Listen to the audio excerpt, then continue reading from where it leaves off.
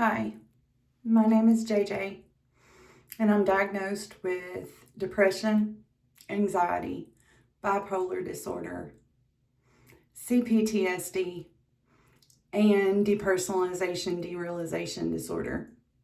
I should probably also be diagnosed with DID because I am living in this one body with 3 other versions of me.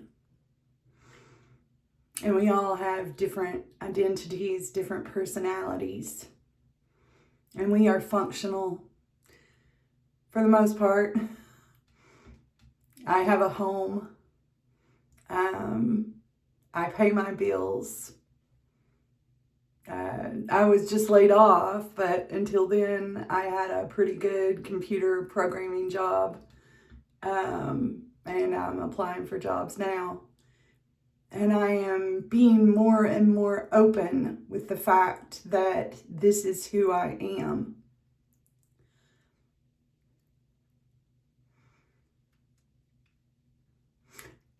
And I know that many of the people that I'm seeing executing people in the streets in Minnesota would want to lock me away. They would want to do the same to me because I am an other. Now, I don't look like an other on the outside. I just look like a normal Kentucky white woman. But inside, I am exploring a different way of seeing life. And I'm being open about it. And I'm also exploring a different way to see Christianity. And I'm being open about it.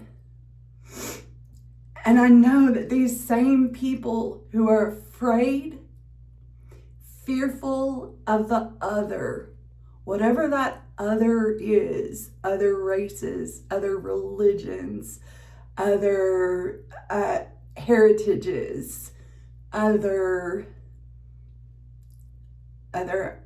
ways of looking at identity, disabled people, anybody who they would not see as normal, even people who don't fit the standard of beauty.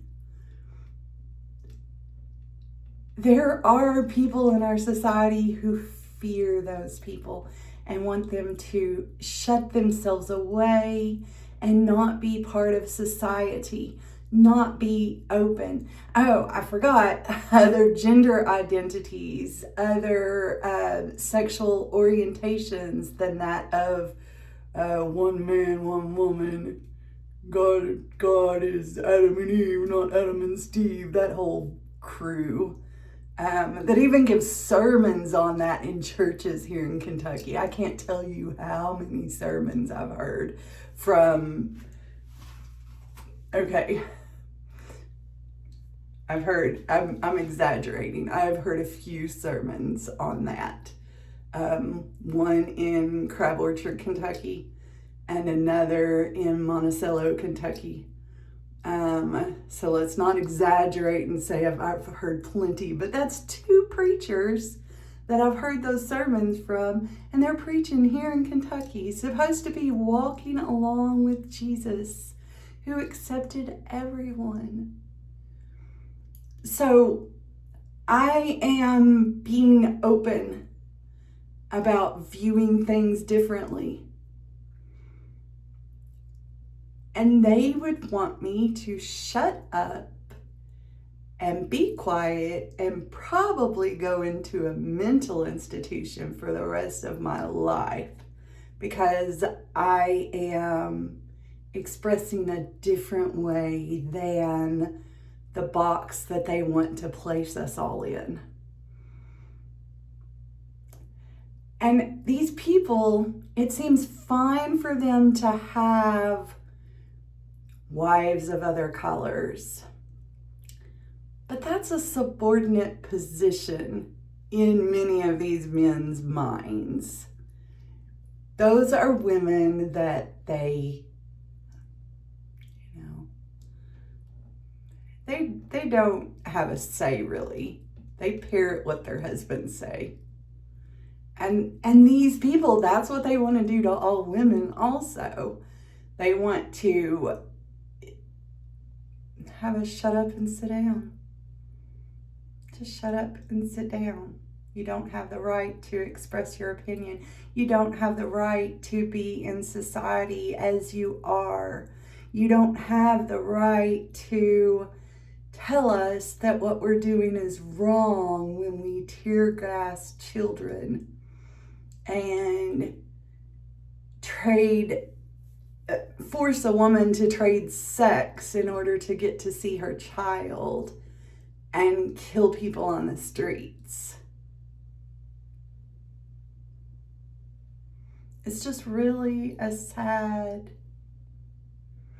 couple of days to know that, because I'm in Kentucky, I'd say half of my family voted for Trump, and they're very outspoken about it. He is the best thing since sliced bread to them. And I love these people.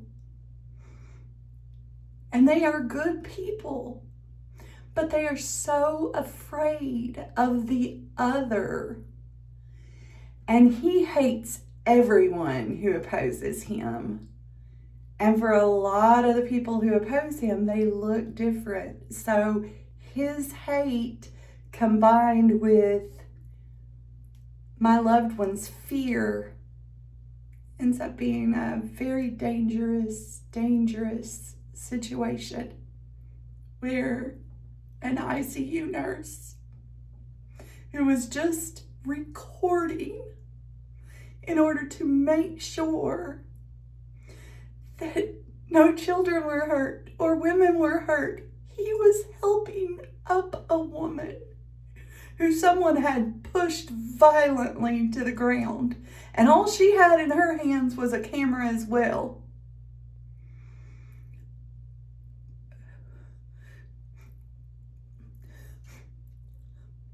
I was taught as a child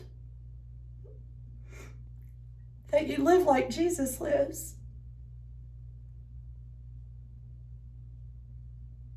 But then I was also taught, if you date a black guy, your dad's going to kill you.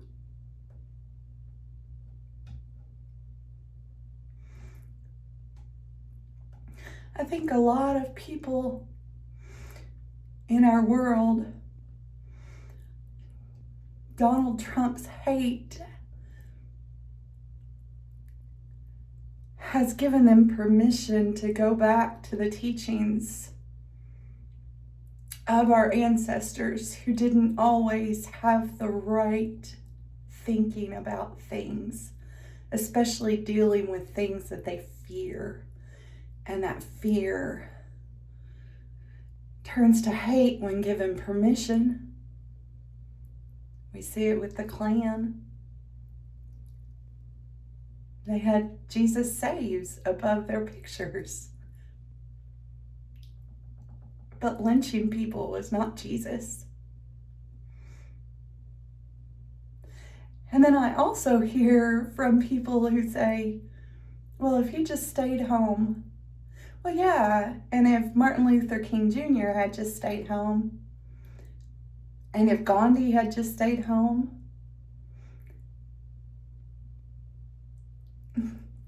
I kind of wanted to say Mother Teresa, but that doesn't really fit the narrative. Nelson Mandela, maybe? I don't know. Who else did we say? You know, who...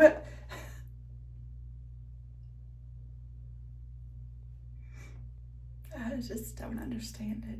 I don't understand it. And I totally get not needing criminal, illegal aliens or criminals of any type on our streets. I totally understand that side of it, and I think that there should have been a lot of money poured into it after 9/11 to secure our borders and then start rounding up people who had a criminal background or, of course, in those days we were looking for Muslim terrorist or extremist Muslim terrorist.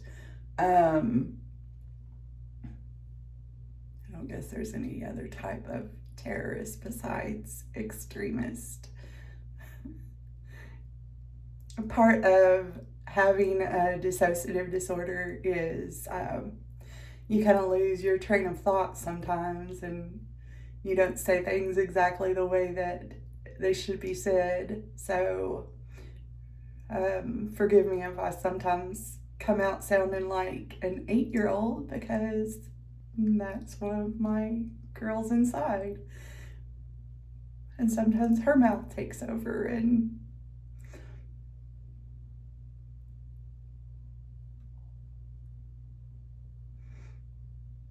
ICE would lock me up. ICE would see me as expendable, as not a worthy member of society. And that's not right. It is not right. And we should not be celebrating deaths.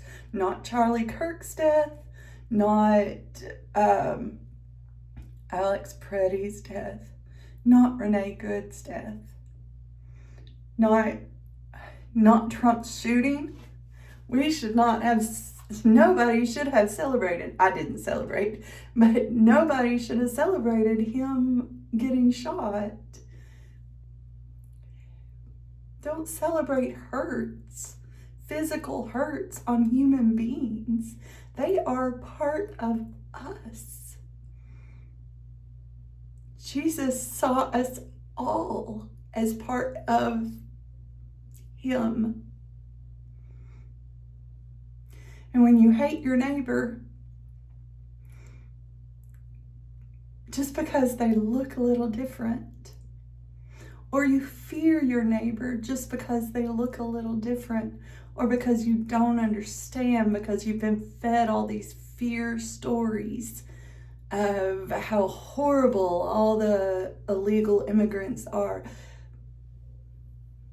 The first illegal immigrant that I met was a 13-year-old girl in my classroom. And she was one of the sweetest, kindest girls that I've ever met. And we had a little discussion one day about it. I did not know that she was illegal until this point.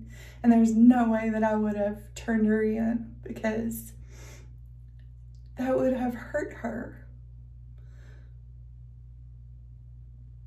It would have hurt her. She had been here since she was 6. And you have to weigh those things into it. You can't just take somebody who has been here since they were 6 and send them back at 20 or 22 to try to make a life in a place that they don't even remember.